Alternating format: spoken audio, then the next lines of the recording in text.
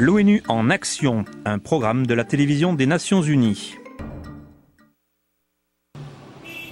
Avant le tremblement de terre, Haïti était déjà la nation la plus pauvre de l'hémisphère occidental et son système de soins médicaux était extrêmement stressé.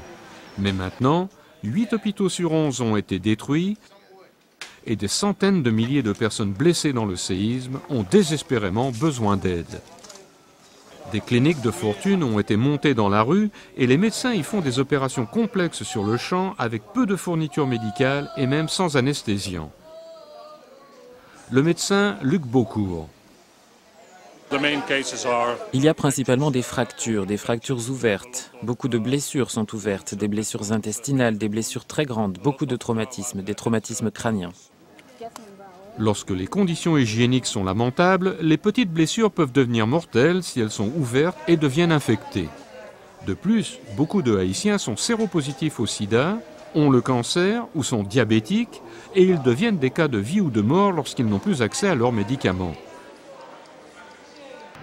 L'OMS, l'Organisation mondiale de la santé, fournit aux cliniques improvisées les médicaments de la pharmacie centrale nationale de Port-au-Prince et a expédié des fournitures supplémentaires à des dizaines de milliers de gens.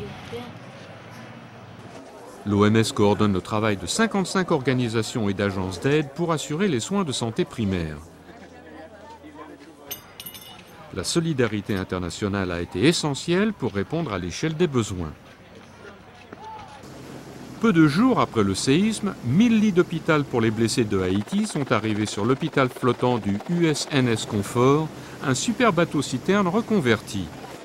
Ces 12 salles d'opération sont restées constamment occupées à soigner les patients, dont certains s'étaient retrouvés écrasés sous les décombres pendant 5 jours.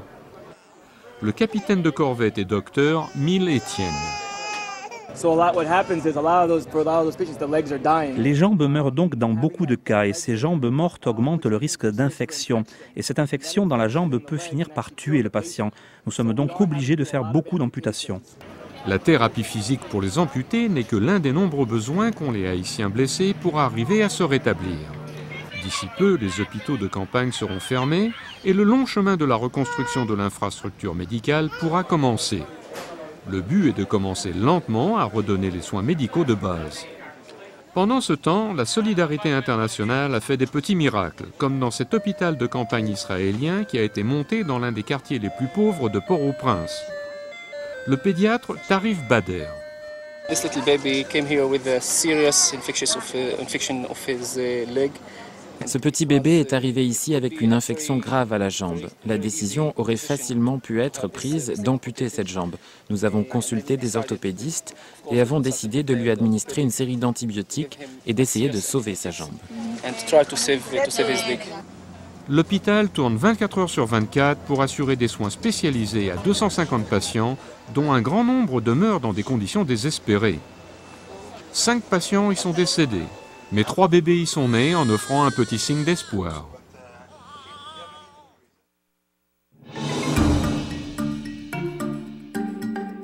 Ce reportage a été préparé par Ingrid Casper pour les Nations Unies.